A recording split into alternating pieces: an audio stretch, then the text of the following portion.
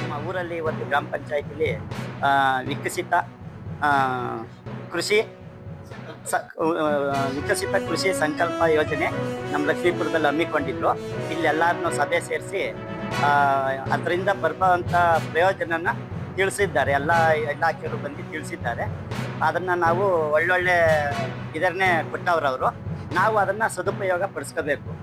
ಅವರ ಅವರ ವಿವಿಧ ಬೆಳೆಗಳ ಬಗ್ಗೆ ಒಂದು ಮಾಹಿತಿ ಕೊಟ್ಟರು ಮತ್ತು ನಮ್ಮ ರೈತರಿಗೆ ಏನು ಅದು ಡಿಪಾರ್ಟ್ಮೆಂಟ್ ದೊರೆಯತಕ್ಕಂಥ ಯೋಜನೆಗಳು ಏನಿದೆ ಅವರು ಸದುಪಯೋಗಪಡಿಸಿಕೊಳ್ಳಿ ಅಂತ ಎಲ್ಲ ನಮ್ಮ ರೈತ ಬಂಧುವರಿಗೂ ಹೇಳಿದ್ರು.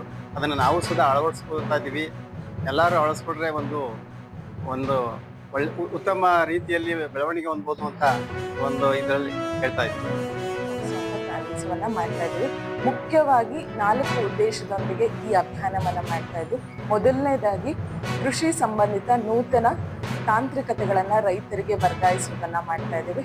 ಎರಡನೇದಾಗಿ ಸರ್ಕಾರದಲ್ಲಿ ಸಿಗುವಂತಹ ಕೇಂದ್ರ ಸರ್ಕಾರ ಆಗಿರ್ಬೋದು, ರಾಜ್ಯ ಸರ್ಕಾರ ಆಗಿರ್ಬೋದು, ಅವರಿಂದ ದೊರೆಯುವಂತಹ ಸೌಲಭ್ಯಗಳನ್ನ ರೈತರಿಗೆ ವರ್ಗಾಯಿಸುವಂತ ಕೆಲಸ ಮಾಡ್ತೀವಿ.